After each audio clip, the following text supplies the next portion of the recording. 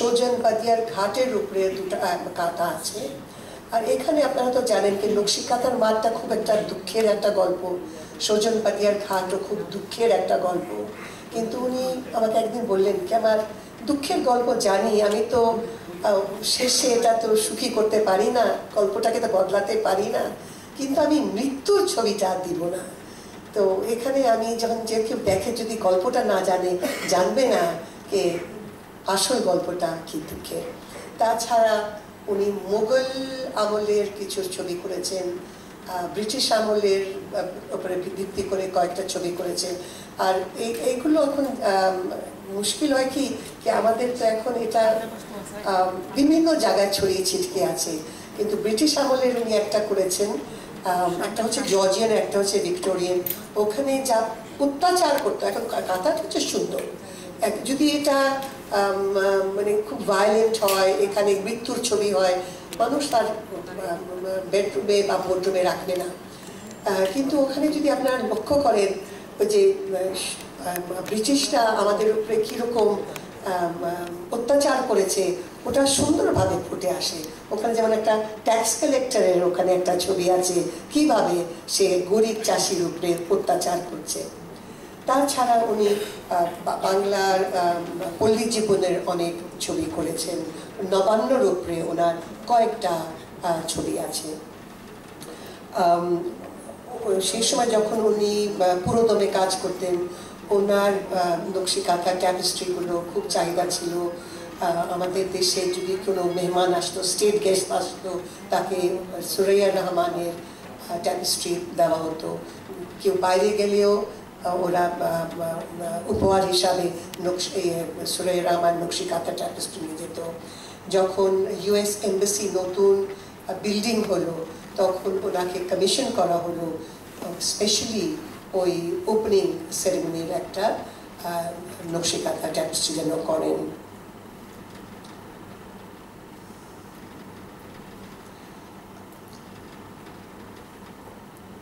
Just আমি একটা জিনিস বলে আমি শেষ করবো, কারণ এই কথাটা অনেকবার বলা হয়েছে, that her work is not নকশি কাঁথা। যারা ওনার ক্রিটিক্স ওরা বলে যে ওনার ওয়ার্ক নকশি কাঁথা না, অনেক কারণে নকশি কাঁথা না। কাঁথাগুলো সুতি শাড়ির উপরে করা হতো, ওনার ট্যাপেস্ট্রিগুলো নতুন সিল্কের উপরে করা হয়। কিন্তু এটা কোনো সন্দেহ নেই যে কাঁথার জাগরণে সুরাইয়া রহমান একটা বিশেষ অবদান রেখেছেন। এটারও সন্দেহ নাই যে ওনার কাজের উপরে নকশি কাঁথার অনেক প্রভাব পড়েছে।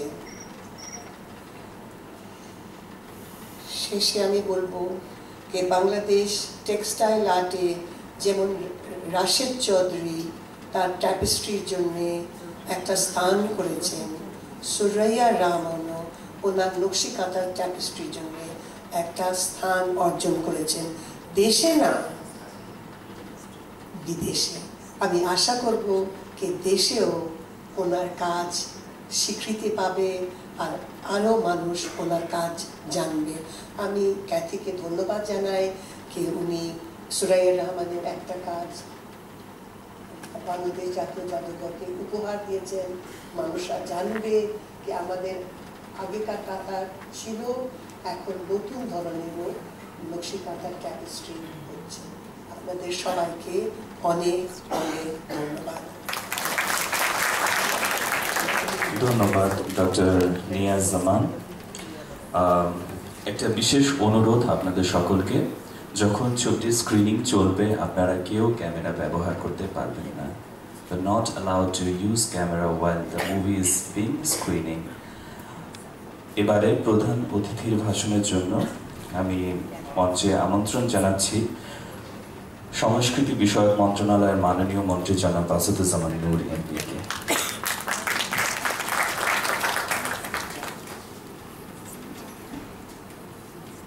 মঞ্চে উপবিষ্ট শ্রদ্ধাভাজন অধ্যাপক ডক্টর নিয়াজ জামান, ছবির পরিচালক মিস ক্যাথি ইসবলক, ছবির প্রযোজক মিস্টার লেনার্ড হিল,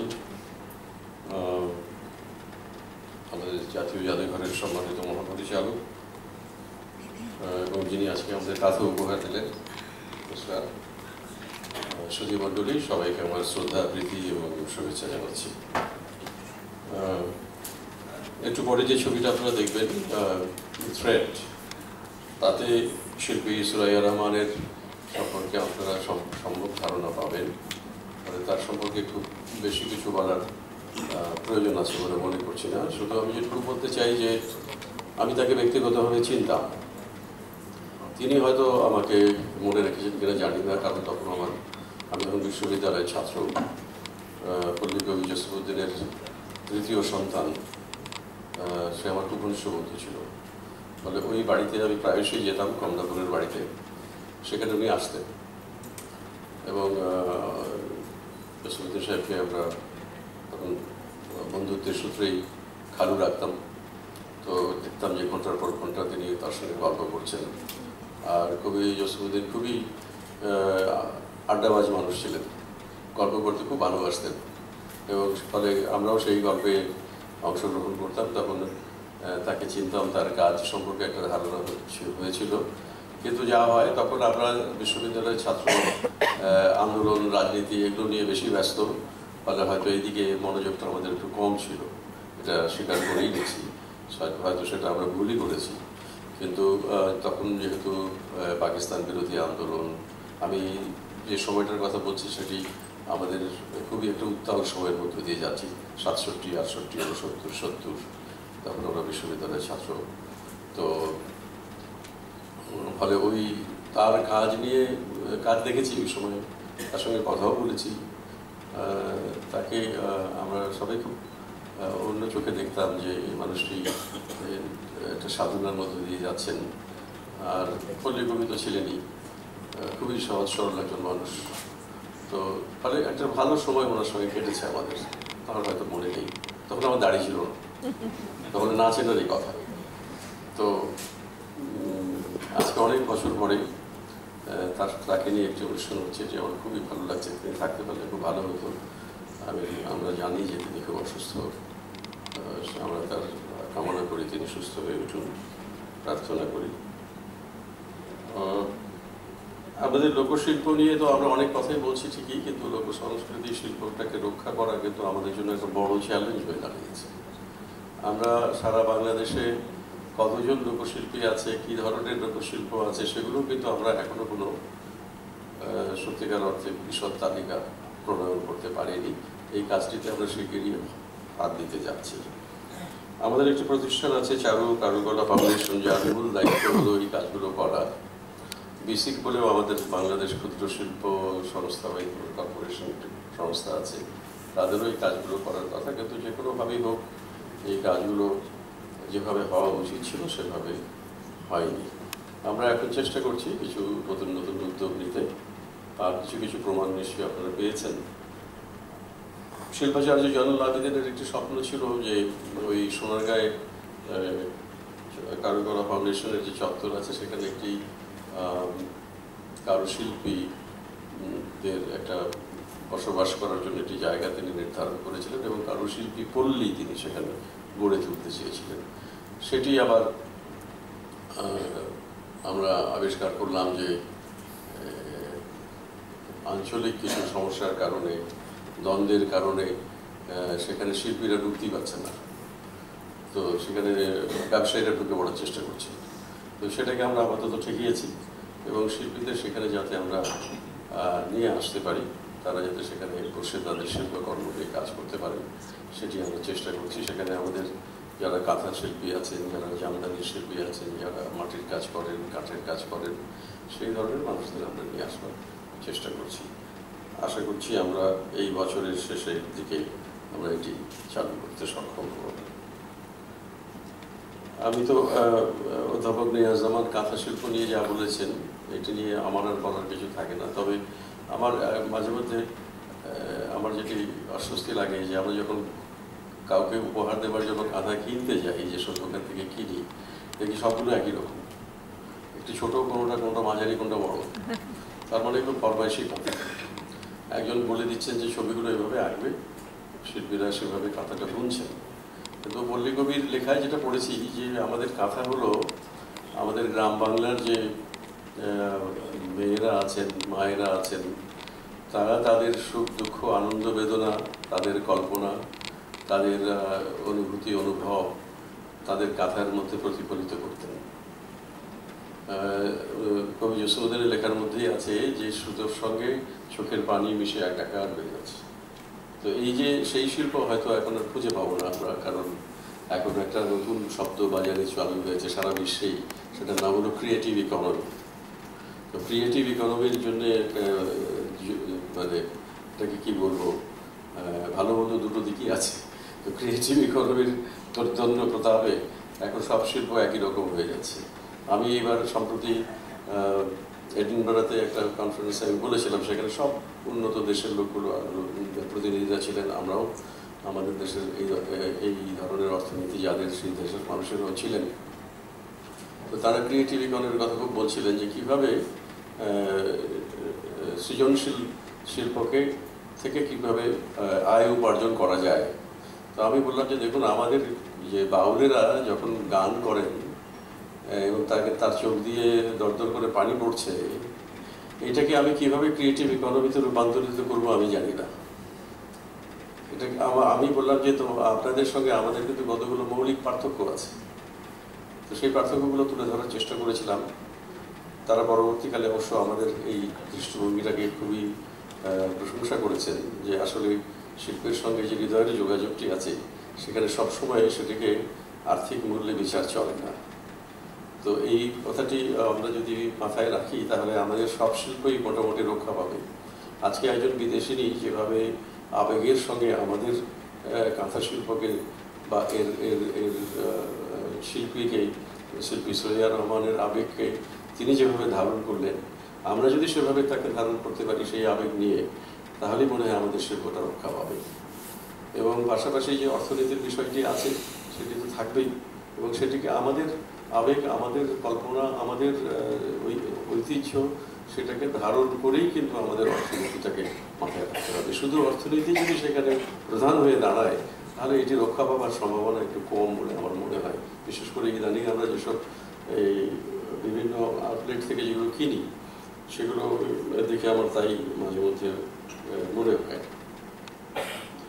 আমরা চেষ্টা করছি যে আমাদের লোক সংস্কৃতি, আমাদের শিল্পকে নানানভাবে তুলে ধরবার জন্য আমাদের যে মেলাটি হয় সোনারগাঁয়, সেটিতে গেলে আপনারা হয়তো অনেক সময় একটু হতাশই হবেন, কারণ মেলায় অর্ধেক আছে হস্তশিল্পের কাজ, আর অর্ধেক হলো আপনার প্লাস্টিক, হাঁড়ি পাতিল এগুলো আছে। তো এগুলো আমরা আস্তে আস্তে কমানোর চেষ্টা করছি।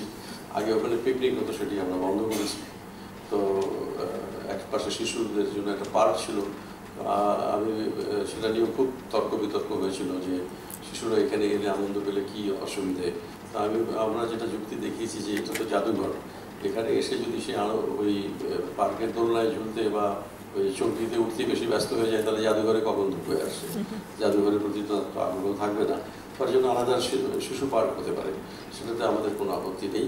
এইভাবেই আমরা চেষ্টা করেছি যে সেগুলোকে জাদুঘরটিকে আবার একটু আগের জায়গায় শিল্পাচার্য জয়নুল আবেদিন যেভাবে দেখতে চেয়েছিলেন সেই জায়গাটিতে আমরা ফিরিয়ে নেবার চেষ্টা করছি। আসলে আমাদের সামনে অনেক কাজ, যেমন এই ভাষার পাশেই যে কথাটা আমি বলতে চাইছি যে ভাষা আন্দোলনের যে ইতিহাস বা যেটুকু আমরা জানি, এটি মোটামুটি বলতে গেলে ঢাকায় কি হয়েছিল সেটার ইতিহাস। কিন্তু ভাষার ইতিহাস তো, আন্দোলনের ইতিহাস তো শুধু ঢাকায় সীমাবদ্ধ ছিল না, এটি সারা বাংলাদেশের মানুষ এতে অংশগ্রহণ করেছিলেন।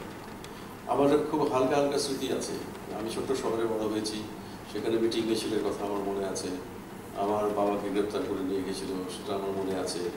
তো এই ধরনের অনেক ইতিহাস অনেক শহরে ছড়িয়ে আছে। আমরা সেই এখন জেলা পর্যায়ে আমরা ভাষার ইতিহাসটাকে সংরক্ষণ করার জন্য একটা প্রকল্প গ্রহণ করেছি। পাশাপাশি আমরা এটাও প্রকল্প গ্রহণ করেছি, সেটি হলো আমাদের শিল্প এবং শিল্পীদের তালিকা প্রণয়নের, সেই কাজটিও আমরা শুরু করেছি। আশা করছি আগামীতে আপনাদের সকলের সহযোগিতা নিয়ে আমরা নিশ্চয়ই আমাদের যেসব আনন্দ কাজ আছে সেই কাজগুলো আমরা সম্পন্ন করতে পারবো। আজকে আমি খুবই আনন্দের সঙ্গে এই অনুষ্ঠানে এসেছি, যদি একটু বিলম্বে এসেছি সেজন্য ক্ষমা প্রার্থী। কারণ একজন অনেক আগের একজন পরিচিত মানুষ, যাকে এত কাছে থেকে দেখেছি, তার উপরে একটি আজকে ছবি তৈরি হয়েছে, শিল্পী সোহেইয়া রহমান, এবং তার অসাধারণ অবদান রয়েছে আমাদের কাঁথা শিল্পের পুনরুজ্জীবনে। সেই মানুষটির উপরে একটি প্রামাণ্য চিত্র আজকে আমরা দেখতে যাচ্ছি। এটি একটি বড় কাজ হয়েছে বলে আমি বিশ্বাস করি, কারণ এই মানুষগুলো এবং তাদের কাজ, তাদের ধ্যান ধারণাগুলো যদি আমরা সংরক্ষণ করতে না পারি, ক্ষতি তাদের নয়, ক্ষতি আমাদের। সুতরাং সেই ক্ষতিটা থেকে আমরা অনেকটাই বেঁচে গেলাম বলে আমার মনে হচ্ছে। আমরা আরও সার্থক হব যদি আগামীতে তার ধ্যান ধারণাগুলোকে আমরা এগিয়ে নিয়ে যেতে পারি আমাদের সৃষ্টির মধ্য দিয়ে, সৃজনের মধ্য দিয়ে। আপনাদের সবাইকে ধন্যবাদ। জয় বাংলা, জয়। ধন্যবাদ মাননীয় প্রধান অতিথি। Before the screening, we would like to request the cast, crew and the